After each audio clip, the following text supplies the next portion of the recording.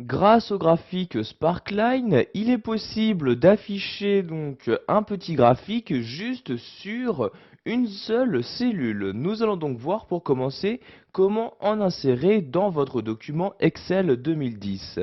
Donc pour insérer un graphique Sparkline, vous vous rendez en haut dans le ruban Office et cliquez ici sur Insertion. Une fois dans l'onglet Insertion, vous allez vous rendre dans le groupe ici Graphique Sparkline.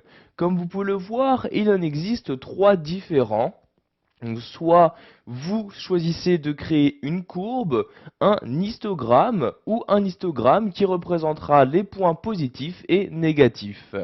Donc ici, je vais par exemple, pour commencer, créer une courbe. Je clique donc ici sur courbe comme ceci. Pour commencer, vous allez sélectionner donc la plage de données, c'est-à-dire avec quelles données vous souhaitez créer votre graphique.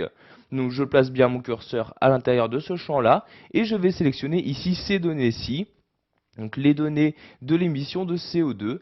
Donc je clique sur la cellule, je maintiens le clic de ma souris et je sélectionne ici toute la ligne donc correspondant aux données des différentes dates. Je vais maintenant choisir la plage d'emplacement, donc sur quelle cellule je souhaite insérer cet histogramme. Je place donc ici donc, mon curseur dans cette partie-là et je vais par exemple ici l'insérer dans cette cellule-ci. Je clique donc dans la cellule comme ceci. Donc je vais devoir maintenant ici supprimer l'ancienne cellule comme ceci, vous voyez, j'appuie sur la touche supprimer de mon clavier et je clique maintenant sur OK pour insérer mon graphique Sparkline. Et comme vous pouvez le voir, j'ai maintenant un graphique qui apparaît juste sur la cellule que j'avais sélectionnée. Ce graphique est par conséquent très utile pour voir les différentes évolutions, donc par exemple ici, par pays en émissions de CO2. Donc sachez que vous pouvez à tout moment modifier le type de graphique que vous souhaitez utiliser. Donc vous voyez, dès que vous avez sélectionné la cellule où se trouve ce graphique Sparkline, vous avez en haut l'onglet Création qui apparaît.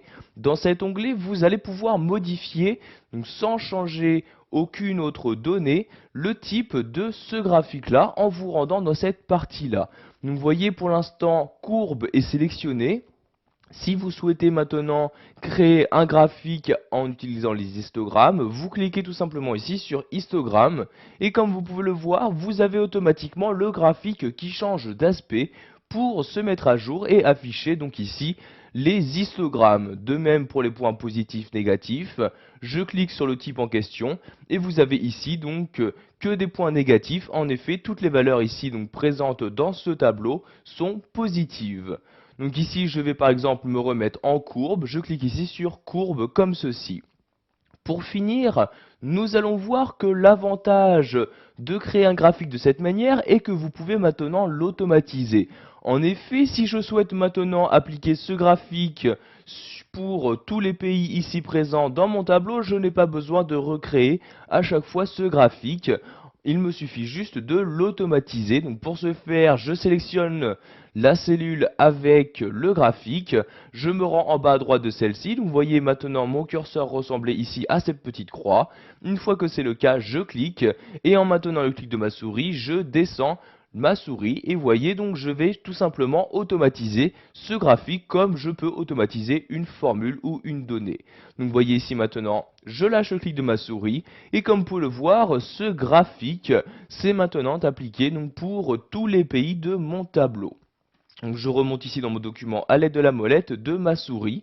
Donc maintenant que vous avez automatisé ce graphique Sparkline, vous voyez maintenant je vais pouvoir apporter toujours une modification à ce graphique et vous allez voir que ces modifications vont également se répertorier sur les autres graphiques. Donc par exemple ici je change le type, je clique ici sur histogramme et comme vous pouvez le voir maintenant donc que tous les autres graphiques sont également passés en histogramme. Voilà, vous savez maintenant comment insérer une ligne de tendance dans Excel 2010.